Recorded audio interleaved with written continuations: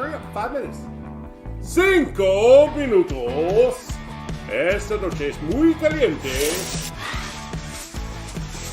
Hey, download your TikTok app today so you can have Chinese spyware in your house for free. You go down! Give me money! Fucking future! We're talking about a fat ass and everything, yeah. No, I said loud ass. It's like I took a poop and it was one of those painful ones that brings a tear to your eye.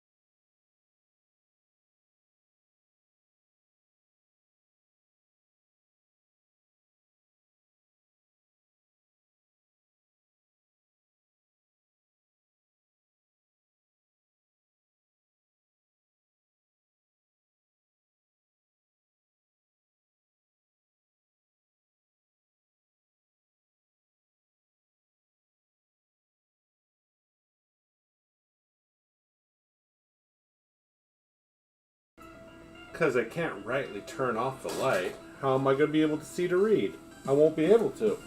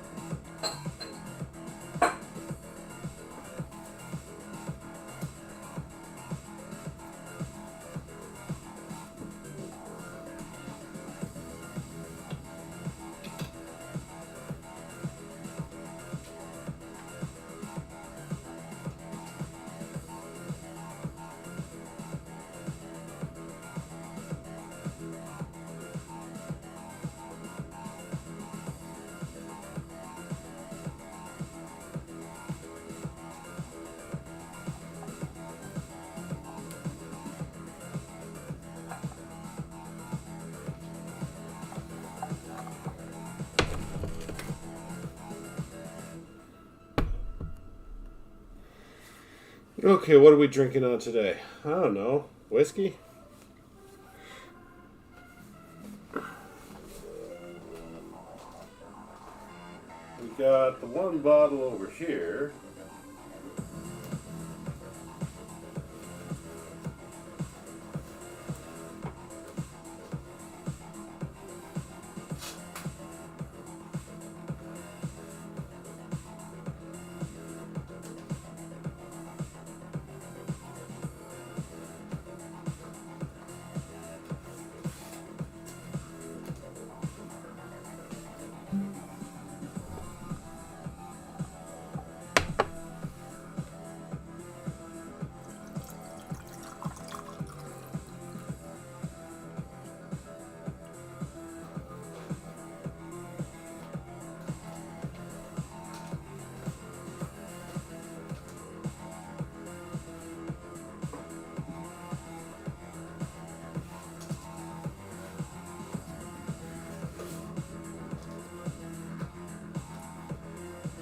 You're right, it might be a little bit too loud.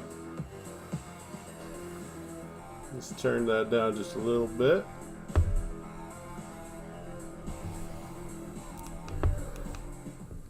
There we go. That's just a little bit.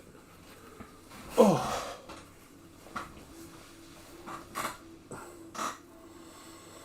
Oh, I'm just going to sit here and drink whiskey for a little bit. I hope you guys don't mind. While you guys are slowly but surely tuning in.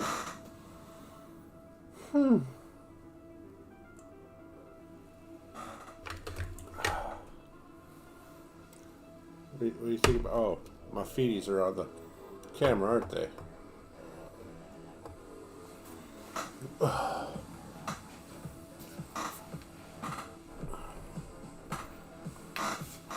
we'll get my feeties off the camera. How's that? That's what we'll do. What do you think about that dog, huh? Is that your favorite thing ever? Probably. You're kind of a weirdo. Ain't that right, baby? Oh, yeah, she's a pretty girl. No, nobody asked you to get up, though. She's just laying there being good. That's what she does.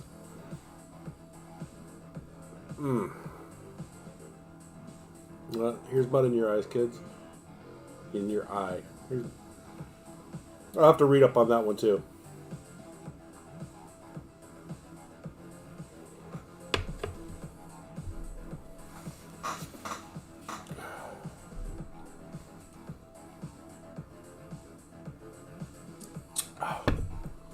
Anyways, hope everyone's doing well tonight. We got a pretty dog over here. Pretty dog. Huh? Are we going to get into it? I don't know. Hope everybody's having a semi-decent Valentine's. Oh, I didn't even think about that. Some of you might actually have somebody that's able to spend time with you today, and you're probably doing that instead of tuning in here. That's okay. It's okay. I'll carry on as if it were any other day.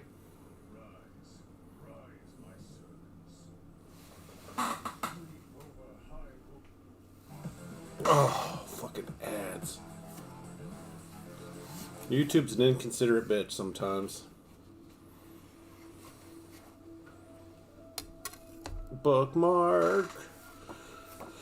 Oh, we're so close to the end of the book. No, we're not going to finish tonight. That's just not possible. I'm not willing to read for that long.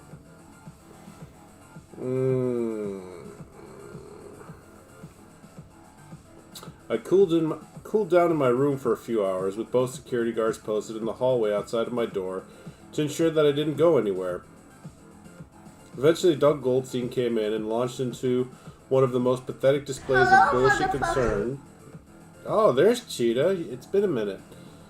Bullshit concern that mankind has ever known. He gave me a long speech at the top of his lungs about what I'd just done, about how people love me and this and that and the other. It was very aggressive, very dramatic, and very fake. To illustrate his seriousness, He threw a bottle of Jack Daniels through the television. When I left, I retrieved that bottle, which hadn't broken, and poured myself a stiff drink to get over his intervention. That happens sometimes. Sometimes you gotta pour a stiff drink for an intervention. Shortly afterward, Doug called a band meeting in Axel's room. We all gathered around, and I was still nodding out at this point. Everyone voiced their concern for my well-being, but Axel's comments stood out most of all. It snapped me out of my haze, actually. You gave us a scare, he said, slowly looking right at me. We thought you were dead. I thought I'd have to look for a new guitar player. Well, I mean, the doggo is the dark side. That's the thing. People are like, oh, dogs are all happy and friendly. I'm like, they're fucking evil.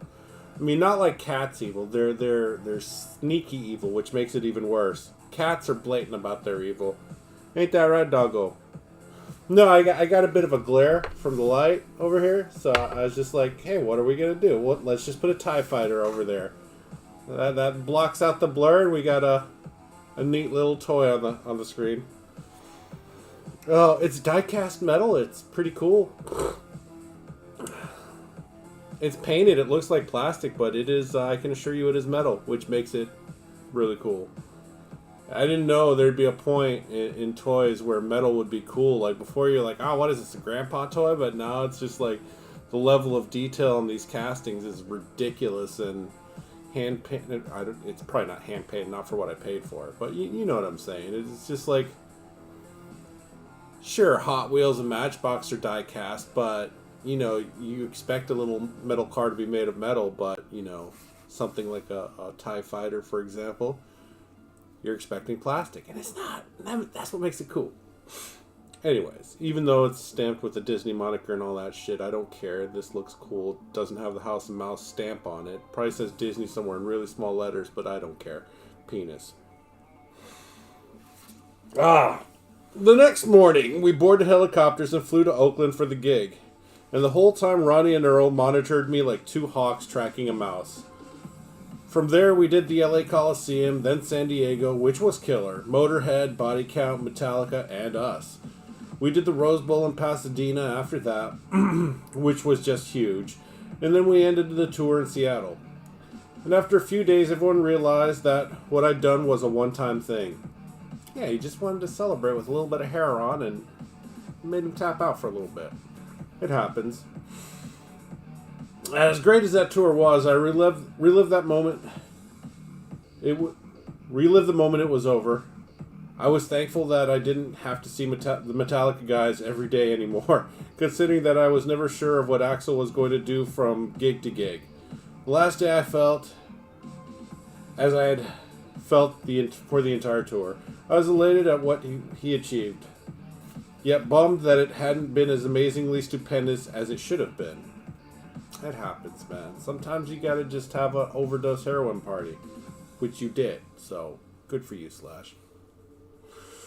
At the end of our year-long tour, the biggest mistake of all came to light. We'd barely made any money. Between the union dues incurred by Axl taking the stage late night after night, and the theme parties that bled us dry night after night, we had next to nothing to show for all of our hard work.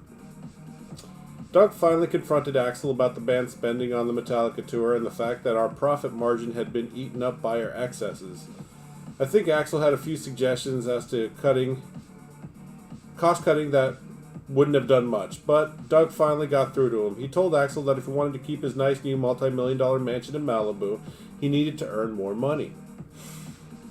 And so Doug booked us for another year of dates, starting with South America, Europe, Japan, and Australia from October 1992 through January 1993. As hard as it was to endure, Doug got no argument from the rest of us. We wanted to play. What else would I be doing anyway? And at the same time, I thought maybe things would change. I also wondered continually whether the extra tour had been booked out of concern for the band's finances or to land Doug a hefty commission. Who knows? Oh my, could you just play for like 10 minutes without doing the goddamn ads? Fuck you, YouTube. So yeah, I tried doing the Spotify. Yay! California's trying to do green energy and EV at the same time. What a disastrous result. Oh, cool. Gavin Newsom, how more could you possibly fuck up? He says, hold my beer. Excuse me, hold my kombucha enema. He only drinks things through his ass because he's a lizard man. Anyways, oh, well, don't you threaten me. Before we headed out again, I got married to Renee in October 1991. We definitely didn't do it small. It was this really big production that I had very little to do with. My only memories of planning it involved Renee showing me an endless number of books full of gifts to pick out. I couldn't relate to any of it, and my lack of interest made her very upset. The wedding took place at the Four Seasons in Marina del Rey, with Duff as my best man, a couple hundred people, including my bandmates and crew, and a lounge band. As soon as we were married, we headed to Africa, to Tanzania on safari for 2 weeks for our honeymoon. That sounds fucking terrible. Go on. For a wildlife fanatic like me, Africa was always on the top of my list for a vacation. There I could see what I'd been reading about in books and seeing on television my whole life. I was obsessed with leopards while we were there. I'd get up at 5 every morning to go out on safari and get back by 6 in the evening. It was the greatest place in the world to go forget about everything that was weighing on my mind. It's hard to imagine that any of it matters when you're standing in the middle of the Ngorongoro crater, far from any trace of civilization. Well, I hope I pronounced that correctly. I'm sure somebody in my audience from South Africa or Africa will correct me. Let me stop. Alright, cheers.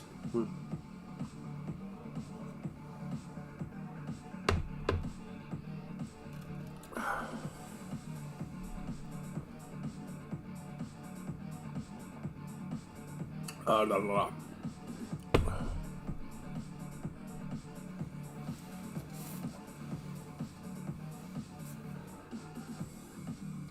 Maybe it's just letting you know you got a low battery. That could be what it is.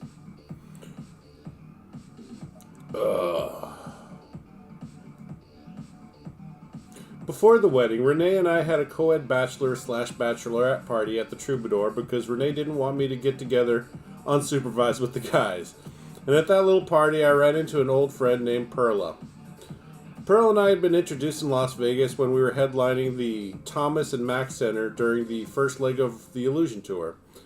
At that point, I was sleeping around a lot.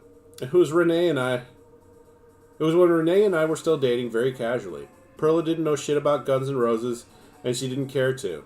She'd come out from LA because she'd seen a picture of me and wanted to meet me. Female privilege right there. Ron Jeremy introduced us. I'm pretty sure it's that Ron Jeremy. Before the show, and afterward, we met at my hotel and hung out all night long. Let's just say she left a major impression on me that grew into a serious infatuation. Porn stars can do that sometimes.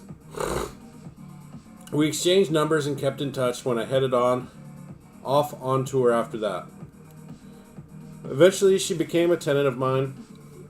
She rented the Walnut House from me for a year and was the best tenant I ever had. It says a lot about the strength of Perla's character that she lived there without losing her mind, because that place had a detrimental effect on everyone else who lived there, myself included, I suppose. My first tenants were two bisexual chicks that I met during one of our 4 LA Forum shows. They were in the front row and they were going at it pretty provocatively during the entire gig. I had them brought to the dressing room afterward for more of the same, and we stayed in touch. I'd call them up and have them over and watch them, and we'd all have a good time. I rented them the house when I was going off on tour, which seemed like a good idea, but they completely lost it. They got strung out on meth, and one girl killed the other girl's cat and then attacked her. The victim moved out, and then the other one moved a meth dealer into the house. I had to go over there and take care of the situation, and when I saw that one girl again, I barely recognized her. My second tenant was this guy, Jim, who worked at a zoo as a snake keeper. I hired him to look after my snakes and eventually took him on as a tenant. Apparently he suffered some kind of meltdown too and completely lost it while living there as well. Perla was the only one who wasn't fazed by this place. and the only one who paid her rent on time and actually enjoyed living there. Look at Slash. He's a landlord. Impressive. Anyway, once I'd gotten back together with Renee and gotten engaged and all of that, I did my best to avoid Perla because I knew that there was something serious between us that I couldn't deny. After my fight with Renee over the prenup and my OD in San Francisco, I didn't give a fuck. However, and arranged to meet Perla at our San Diego show, just 2 shows before the end of the tour, and just a few weeks before my wedding. We spent the night together there, and the next time I saw her was when she crashed my bachelor party. She was dangerous. There was such an attraction between us that neither of us could deny. At the same time, she was way too ambitious and energetic to get into a relationship with. She was 17 and I was 25. She was too crazy, so not in a place where I wanted to cancel my wedding to be with her. She was a real firecracker, though, and the connection was strong enough that I spent the night with her once. The night before my wedding, in fact. Classy, Slash. I'm impressed. Wow. Did we get another 5 minutes before they played another fucking ad? Good job, YouTube. I'm proud of you. Things must not be going well if they're cramming in the ads this fast and heavy. In late November, we set off to play South America and found ourselves in the middle of sudden political unrest when we did a show in Caracas, Venezuela. Corrupt law enforcement, abundant drugs, and the world's most dedicated and zealous crowds are the status quo across that continent, so I can't say that I was surprised. We were scheduled to play the biggest concert in the history of the country, and since there wasn't a venue large enough to hold the 45,000 ticket holders, the promoter created one in a huge parking lot. It was an amazing show, and all went off well.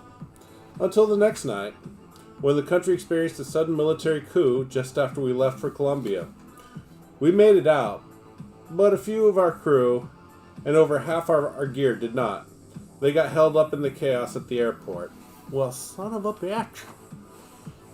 I think that calls for a little, whistle a little bit.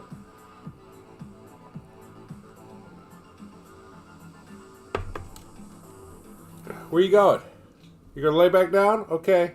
Get settled, dog. We ain't going nowhere for a minute.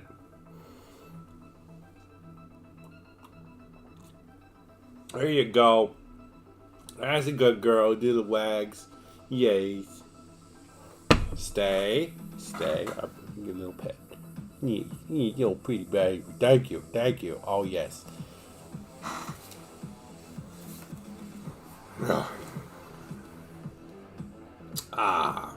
We were supposed to play 2 nights in Bogota, Colombia. After that, without that huge cargo crate of equipment, it really wasn't an option. The promoter decided to roll both nights into one show to take place the next night, so we had a day off to relax in our hotel.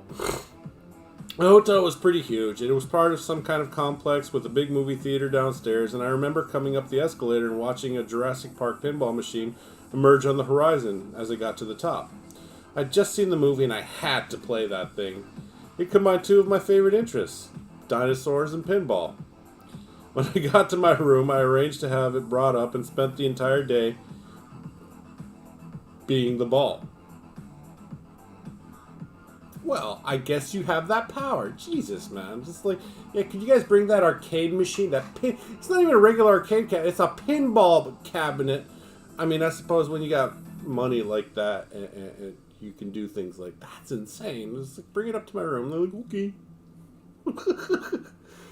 Oh, I would be wildly irresponsible with if 2 things were different in my life. If I had money and if I had a big penis. Oh my God, I'd be so irresponsible. But carry on.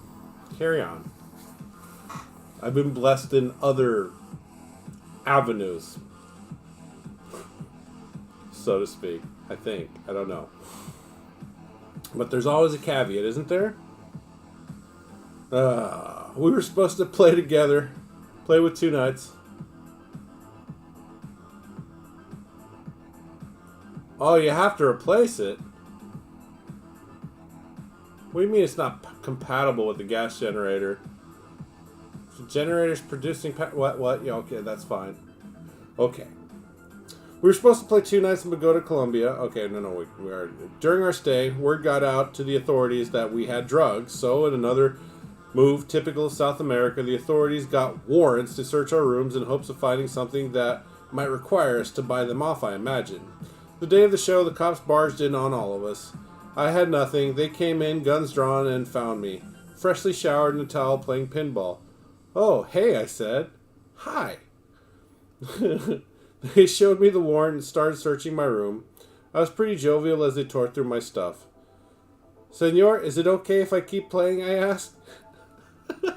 The nuts on this man. It's great. The show that night, November 29th, 1992, was pretty magical. It was one of those moments that you can't believe is happening, even as you watch it all unfold, even as you're a part of it. There was a torrential rainstorm the entire day before as our crew set up. The weight of the water buckled the stage roof, which wasn't ours, sending a lighting rig crashing to the ground. Luckily, no one was hurt. The whole stage had to be redesigned. Then, the day of the show, a sudden storm damaged some of our equipment. Despite more rain, people filled the arena and were lined up outside, where fights broke out. A few cars were burned, and the police had to use tear gas to calm everyone down. A little tear gas. Yeah, it's going to be okay. When we took the stage sometime around 11 p.m., the place went crazy. We were playing really well, and the rain held off throughout the first hour of our set until we played November Rain. As we started that song literally on cue, the sky opened up and it poured once again. It was one of those massive tropical downpours where one drop can fill a coffee cup. It was coming back down in a black mist that mixed with the steam rising off of the audience. I could barely see through the clouds that formed in the arena. The people were a sea of silhouettes. It was very dramatic and very beautiful. It felt as if they and the band were one. The audience was as moved as we were. They were really into it, truly passionate. It rained so hard that we finished the song, then we had to break until the storm passed. And once it did, we came back on and gave it everything we had. We had every obstacle possible befall us between our show in Venezuela and the shows in Colombia, and considering the band's chemistry in the recent past, you wouldn't expect that we'd have fallen apart under such duress. But that was the thing about guns. We'd self-destruct when everything was easy, but in those instances when every single factor seemed to be against us, everyone, Axel included, pulled together to make it happen. The extreme lows might have left me feeling like there was no tomorrow, but when we pull off these valiant rock and roll productions in the face of adversity, I feel like we were invincible. I think we were the strongest band around. Those moments renewed our collective faith and boosted morale like nothing else. Rather than be frustrated by what befell us in South America, we let the audiences at all those gigs sustain us with their passion and drive us to be our best. Our playing was elevated. It was intense.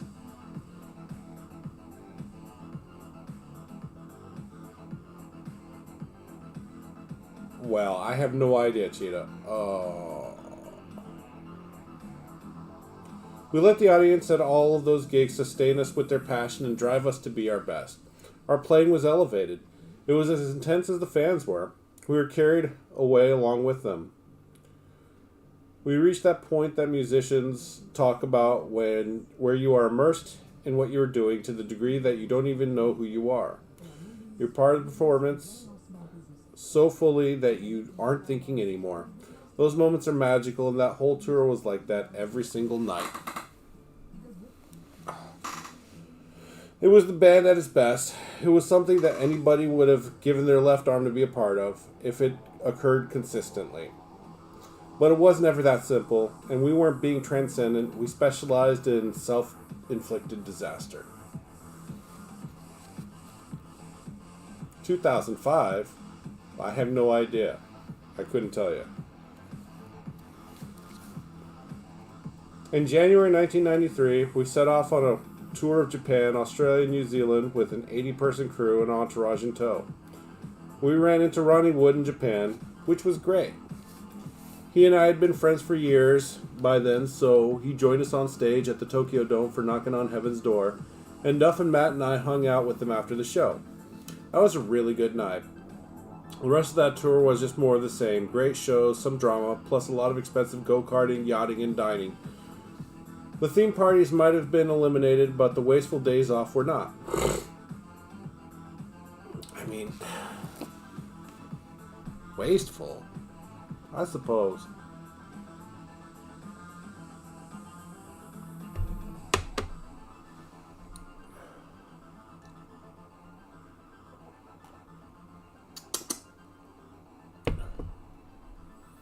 What do you think about that dog, huh? Yeah. Boop, boop, boop, boop. We returned to the States in early February and had a month off before we started the next leg, an American tour we called Skin and Bones. Oh my goodness. You say what? Wasted Temple? Well, thanks for the follow, Wasted Temple. Welcome to the channel. Tuesday nights is Books and Bourbon, where I drink whiskey, read a book. Right now we're working on Slash's autobiography, written by him and Anthony Baza, just titled Slash.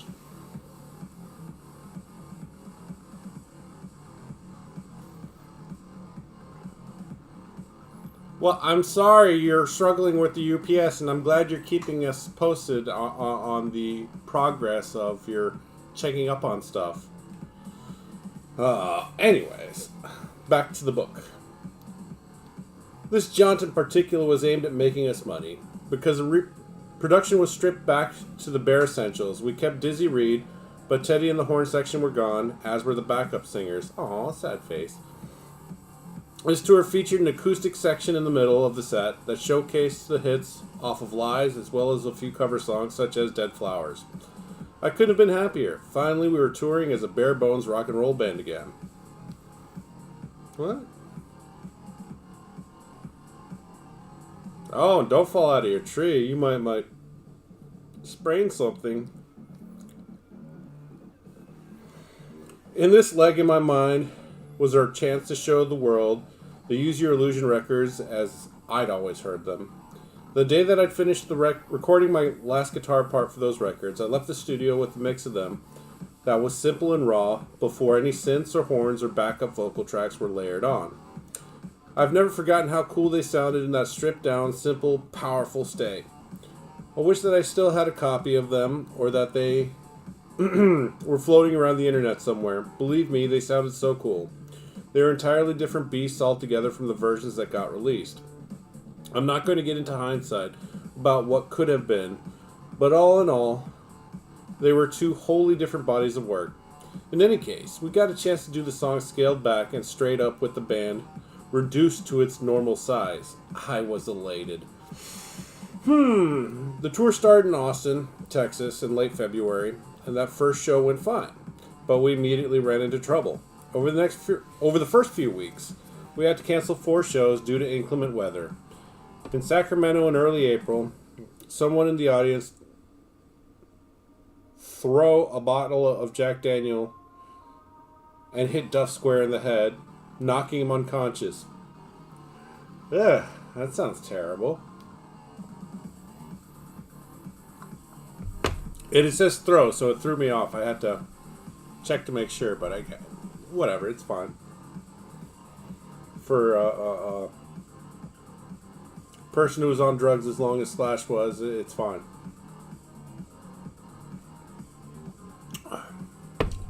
Penis.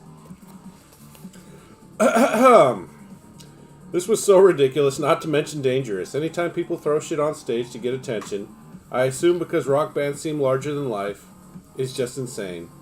I'm never sure what they're after when they throw something that can actually do bodily harm. We'd done about 90 minutes at that point, but that was the end of the show because Duff was really hurt.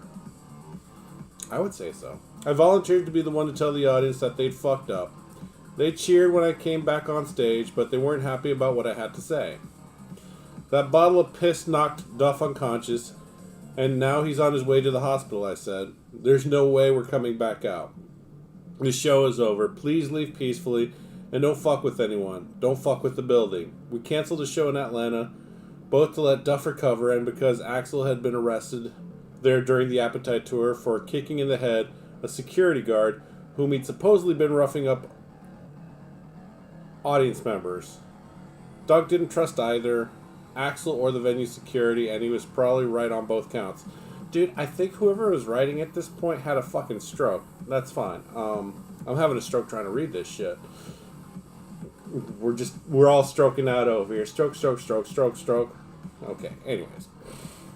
Then at the end of April, when we were back in LA, Gilby broke his wrist in a motorcycle accident. We weren't sure how bad it was until he showed up at a band meeting in a very serious-looking cast. Wow, I said, that looks pretty bad.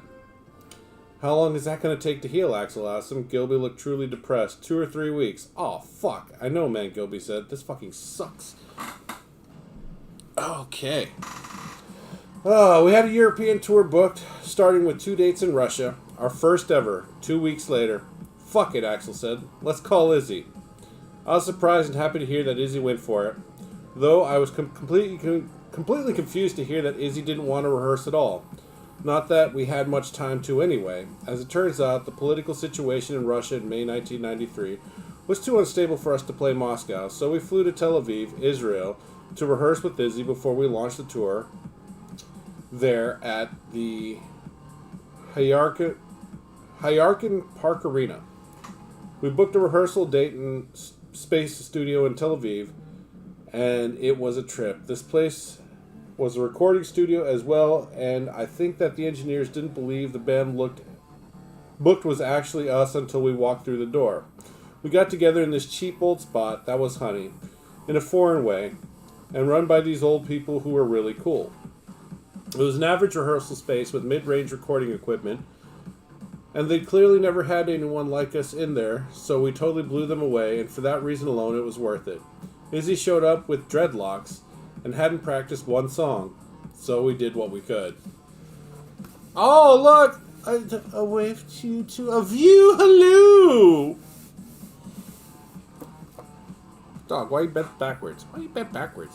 Silly pup. Lay down, lay down. No, we're not going anywhere. I was just trying to give you a little affectionate kick. I know you liked it. You're fine. You're fine. Lay down. That's a good girl. Thank you. Oh, I can't angle the camera down anymore, dog. That's fine. That's fine. Maybe we can scooch it back a little bit. There we go. Oh!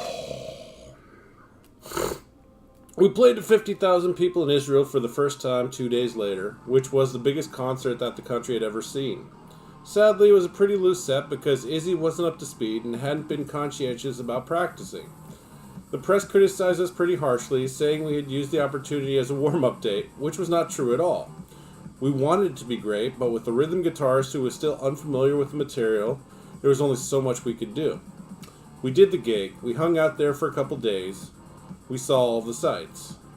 Izzy, Duff, and I saw where Jesus was born, and we went to eat in a square at the Wailing Wall. And while we were sitting at this outdoor cafe near the zoo, I watched a busload of kids get off for a field trip. At either end of the bus were parents or teachers or adult supervisors of some kind who were armed with rifles. They arranged the kids in a line for their tour of the zoo, and one armed adult took the front, one took the back, and one walked in the middle of them, all with their rifles strapped around them. I'd never seen anything like that in my life. I'd had a friend from Israel who'd gone back to do this 2 years of mandatory military duty, and I thought about him just then. He'd come back a completely different guy. He'd gone off as a nerd and returned as a nerd with combat experience. Now see, that's how it should be done. If children really are so precious, why are we arming them with metal signs that say gun-free zone instead of actual armed individuals?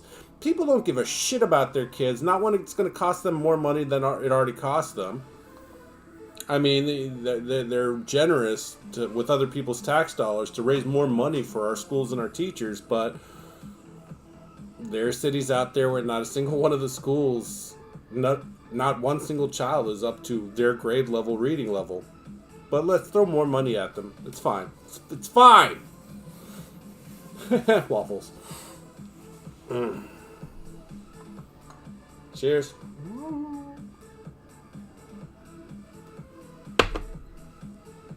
It's fine. I'm Harvey Fierstein. Ooh. Is that guy just always drinking whiskey? Izzy stayed out there with us for a while, all through Greece and Turkey, places we'd never played before. I didn't think much of it at the time, but Izzy was doing what he does best. He was checking out the situation, taking stock, observing everything, taking part while committing to nothing. He wanted to see what had changed and what hadn't. He was taking note of how much drinking was going on, what Axel's trip was. He was testing the waters to see if he could deal with it At the time, I still thought he'd quit the band because of the riot in St. Louis and the near riot in Germany. I didn't realize that those incidents were the least of his reasons. Right? For the entire Illusion tour, all 2+ years of it, we had 2 camera guys with us documenting every single movement. Those guys were close friends, so we really let them in, and they really got it all. They captured the kind of history that anyone aside from the members of the band would never see. They are out with us on this leg of the tour, of course, as Del James, who became a de facto narrator at times, conducting interviews and telling the camera guys what was what. One night, Del and the cameras caught Izzy and me jamming on our acoustic guitars, just hitting loose stuff the way we did when no one was around. We fell into the pocket so naturally and it felt comfortable and so great that I'd love to see a tape of that. We had 2 years of footage, in fact, all of which it was in a vault that will remain shut forever unless Axl and the rest of us get our differences ironed out. The footage is the holy grail of Guns N' Roses. Seeing the film that would result from condensing the best moments into 2 tours would be the be-all and end-all of knowing exactly who we were and who we are. I would like to see that. I was just like, when did this movie come out? It hasn't. Fucking grown-ass children. Multi-millionaire children just throwing piles of cash at each other over petty differences. It's fine. It's fine. From there we continued across Northern Europe. We did our makeup show in Norway, our second try at our first ever. We'd had to cancel the first time because Axl got held up in Paris. Norway was a big one for Matt, since his family is Norwegian. He was pretty into visiting the roots of his Nordic history. A particularly memorable night took place in Cologne, Germany.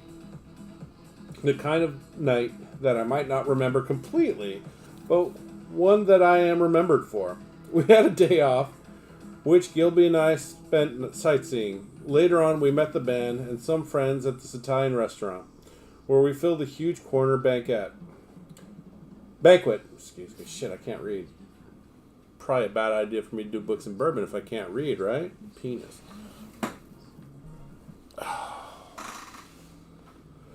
Oh! We had tons of food, all this wine, and at the end of the meal, Gilby and I decided to indulge in a few grappa shots. First of all, grappa's disgusting.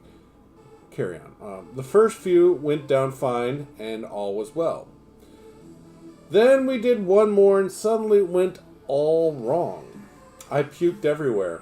It was an exorcist puke. I was sitting in the deep corner of the booth, so it all went all over the table, and inexcusably all over everyone around me. Flowed across the plates and everything, and started dripping on the floor. Oh God. What is that? 7 years? 7 year AM? 7 year yam? Is that a yam? Okay. Oh, well, thanks a lot for the discount. Well, I will tell you the same thing I tell all the other bots. You know, if you want to give me an introductory, we'll just say free sample, get me to an arbitrary number. We can talk about numbers later. But, you know, I appreciate it. Appreciate the offer. I'm just going to keep on struggle bussing it. And if that means that on principle we're just going to sit at 3 to 5 viewers, and we're going to just sit at 3 to 5 viewers. Thanks!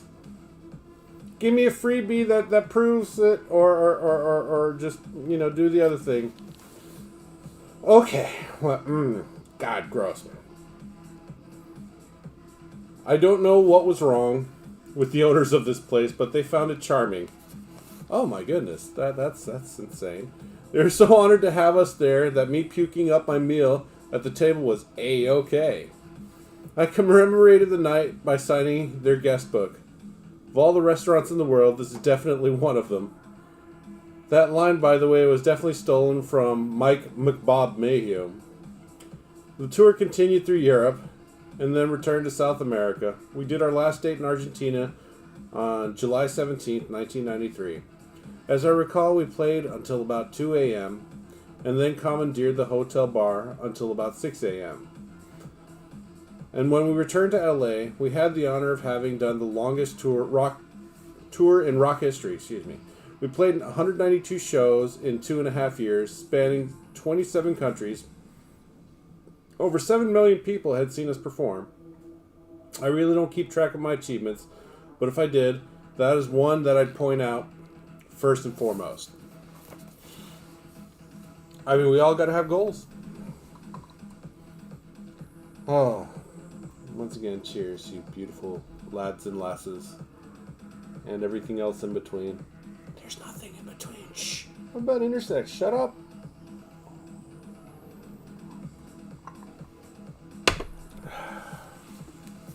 You don't have to drink all the whiskey. Maybe.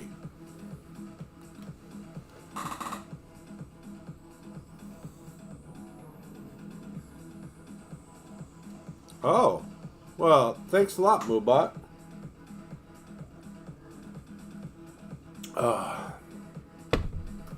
Why didn't you do that yesterday, Moobot? You fucking fuck.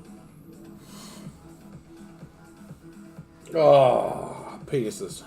I returned to LA exhausted and went straight to Renee's stepmom's house for some kind of family gathering.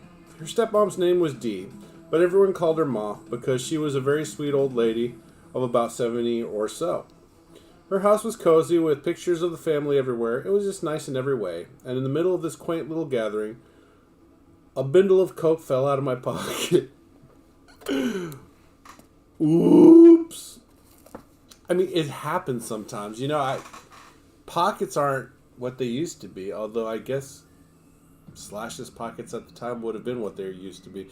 But, you know, he was a skinny rock star, so I'm sure he had, like, smaller pockets. I'm going to top off my whiskey, and we'll continue in just one moment. Not going anywhere. Just want to let you guys know that I'm still here. But penis. Apparently nobody else is here. You know what? We might... No, it hasn't been an hour yet. I'll give you guys at least an hour before I tap out. Maybe I won't top off my whiskey. Okay, maybe just a tiny sip. Just bear with me. Stay, dog. Stay. Oh, shit.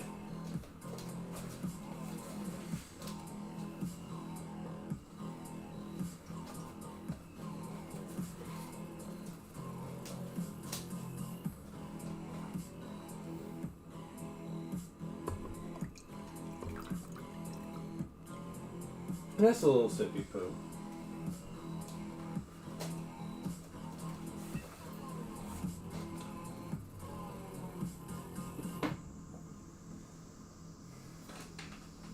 Stay.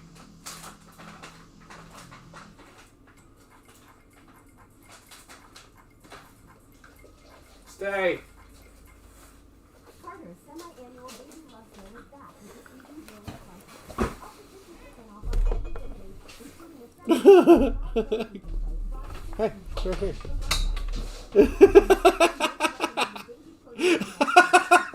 I'm sorry. Okay. There you go.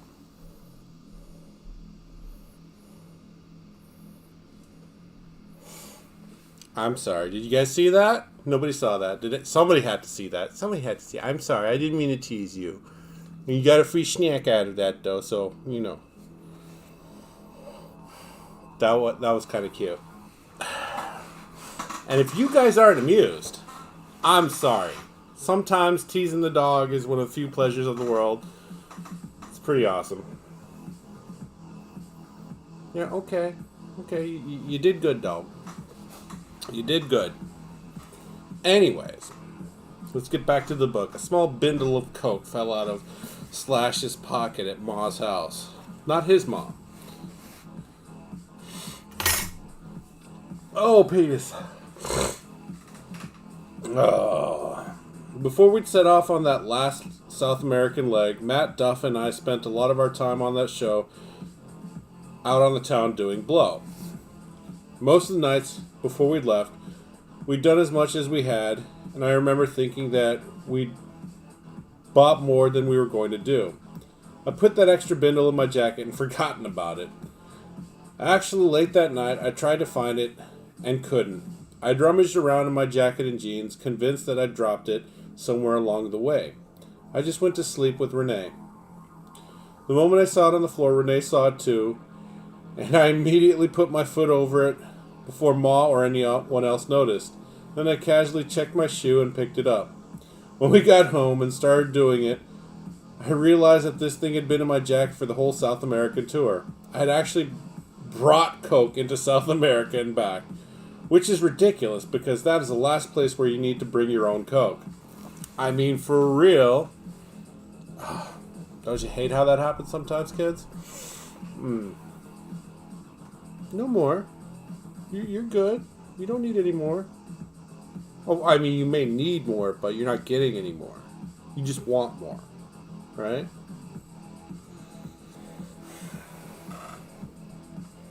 Lay down, baby. You're doing good.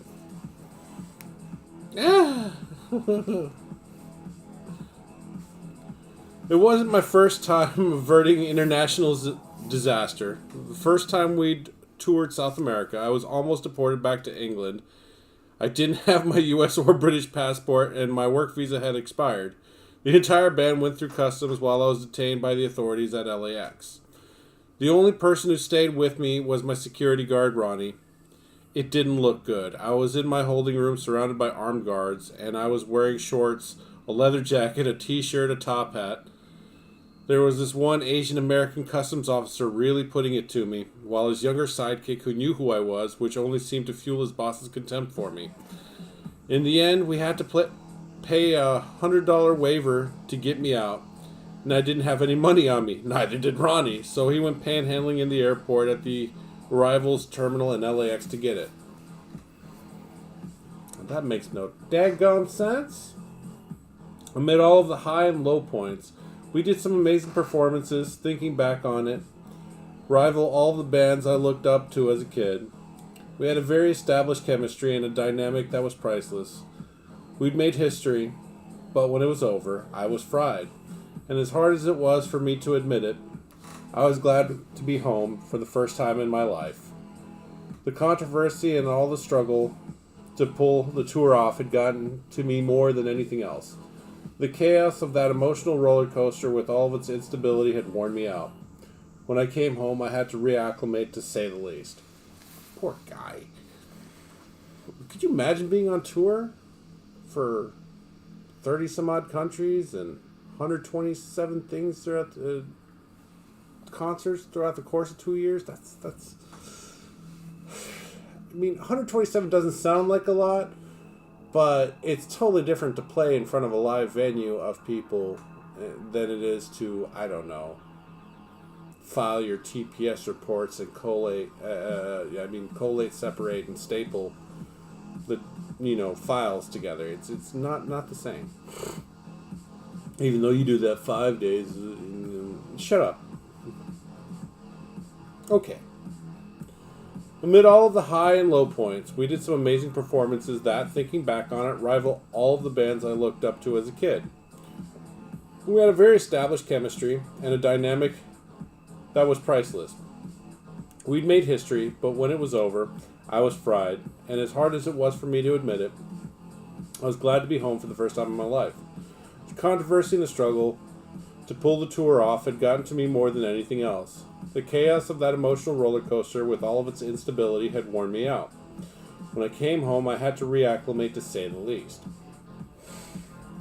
I'd sold the Walnut House and Renee, and I had bought a place off of Mulholland Drive, where we tried to stop the wheels for a second, which once again was very hard for me to do.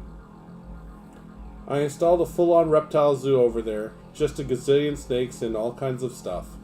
I built a small studio over the garage, and when the nagging desire to work started to rear its head again, I began working on demos for songs that I'd written on the road. Stay busy, Slash. Stay busy. I started hanging out with Matt and recording demos of that stuff just for fun, and Mike Inez from Alice in Chains and Gilby started to come around and play with us. 3 of us just got into a groove of jamming and recording every night. We didn't know what it was going to be. At some point, I played it for Axel, who took a pronounced disinterest in it. Sure thing, Axel. That was fine by me. I was writing for the hell of it, just doing music that was indicative of where I was at the moment. I hadn't grasped the idea of doing a Guns record or what might be going forward. I was just having a good time with no pressure whatsoever. Sometimes that's what you need to have. I think the reason why we haven't expanded or built upon my huge viewer base of close friends is that I just don't need to see the hustle, the need, the drive, the desire. Like, I'm looking for any excuse to get canceled or to quit anyways. I just can't bring myself to do it because I put in so much time into doing this shit. And technically it does make money. Technically. Loosely speaking. But, even if I cut my streams back to like an hour or less, I'd still be making well below minimum wage. But that's fine. Penis.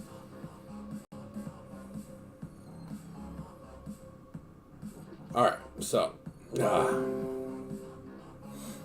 So yes, the kids that hand-stitch Nikes together over in China and Thailand and all those other places technically make more money than I do streaming. And they've put far less of their own money into producing. Shut up. Anyways, you do it because you love it. I love nothing. And I wish that was a lie. We recommended about 12 songs. We recorded about 12 songs, which I had just mixed the last of them the night of the Northridge earthquake in 1994. I'd finished up about 4 a.m. and I went downstairs into our bedroom.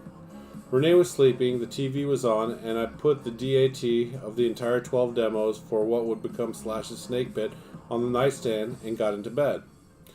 The second I turned out the light, the earthquake hit. There was a TV in a cabinet that raised and lowered at the foot of the bed. Oh. At that moment it was up, and the TV was on, and it was blasting up the bed between Renee and me. It exploded just as the power in the house went out. The next 5 minutes were like Godzilla shaking the place. It took me a few moments to even realize what was happening.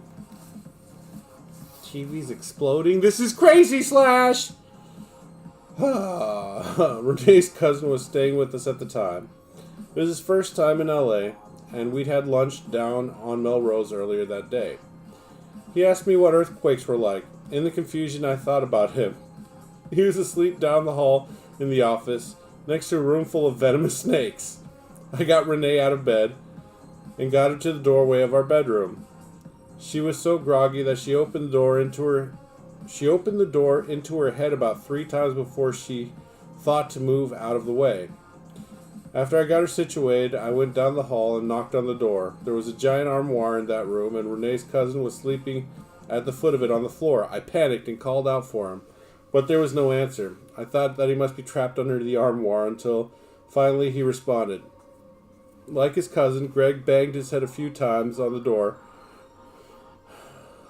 getting out of there. How do you bang your head on a door getting out of something? You know what? I've done some dumb shit while tired, but I don't think I've ever banged my head on a door. And both of them must be a family thing. That's just weirdos. The house continued to shake as the three of us huddled in the doorway to our bedroom. Renee was between us with no shirt on, and she was pretty well built. Despite what was going on around us, I still found that pretty funny.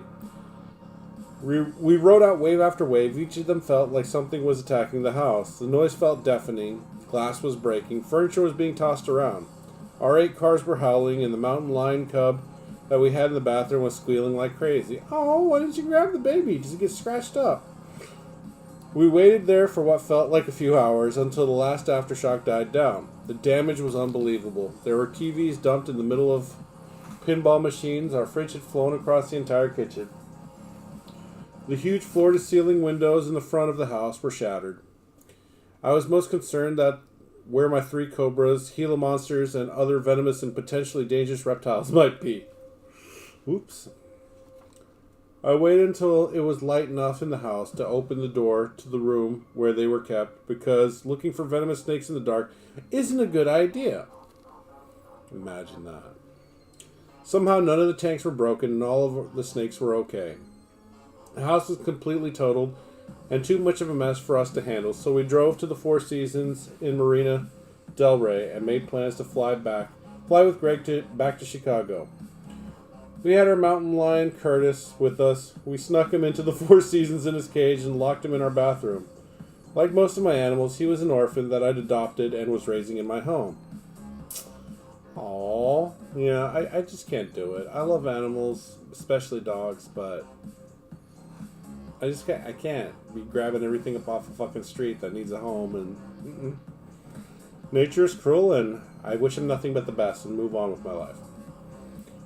We cleaned up a bit and headed to the restaurant, and we were waiting for the elevator when I turned around and saw Curtis, who had opened both bathroom door and the door to the room and was following us to dinner. I realized that we had to deal with him immediately, so I called a friend who was an animal caretaker who picked him up and took him up to Canyon Country, where a friend of mine had a facility that housed exotic animals. The next day we took off to Chicago, where we hung out with Renee's uncle Bernie, who turned out to be a very cool guy, not someone who would kill me for cheating on his niece. Right? She did mention that she knew people and he could be a ghost. But, I'm sure that was a heat of the moment. Although, some of the most notorious killers out there were actually quite approachable and charming. Whatever, penis. Whatever penis. You know what? You're right.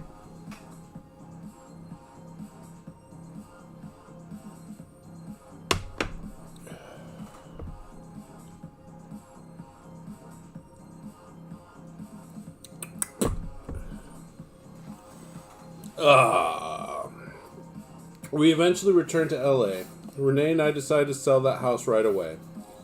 It had to be torn down and rebuilt, so we leased a place in the meantime. I focused on recording, with Mike Klink producing and Matt and Mike Inez playing. I properly recorded the demos we'd done. We found ourselves a singer, Eric Dover of Jellyfish, who fit the bill well enough at the time. He and I wrote lyrics for all 12 tracks, and I think it's pretty easy to tell which songs he wrote and which ones I wrote. All of my songs are directed at one person, though no one picked up on it at the time.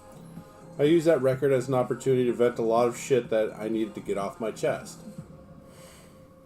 Matt and I got into a bit of a disagreement because I had chosen Eric without getting his express approval. He was really pissed about that, so we had issues for a while. Anyway, Dover finished recording the vocals, and I brought it to Geffen, and they got behind it. Everything was in place, and we were ready to take the Snake Pit on tour. Had it not been for the fact that Matt and Mike Inez weren't able to go. Well, shit the bed. I wasn't going to be discouraged by that, so I enlisted Brian Tishy and James Lomenzo, who are in Zach Wild's band, and rounded out the lineup with Gilby Clark. We booked ourselves a tour across the United States, Europe, Japan, and Australia. We shot 2 videos and released the single Beggars and Hangers On. And we had a lot of fun. There was no trauma. We just booked gigs, showed up, got up there, and played. We did clubs and theaters, and it was great. It really helped me rediscover why I love what I do. The project was the essential soul searching that I needed, because I felt like I'd forgotten myself over the last 2 years. It was a shot in the arm for me to rediscover what I always knew. Being in a band doesn't have to be so taxing emotionally and psychologically. It can just be all about the playing. Now, speaking of which, I don't know. When I was a kid, when Slash the Snake Pit came out, I was a early to mid teenager, and so Slash coming up with his own band, to me it felt like he was leaving Guns N' Roses, and it was a betrayal to Axl and the rest of the gang. And I was more into heavier music at the time anyways, but that's not the point. The point, I felt like Slash had betrayed Guns N' Roses, not the other way around, and so I never gave Slash the Snake Pit a chance, and I feel bad for that, because there may have been some solid rock and roll on it. It's caught up in my fifis. I do that a little bit. Anyways, guys, it's kind of dead, and oh well, it's very dead. Fuck y'all, I'm out. Good night, people.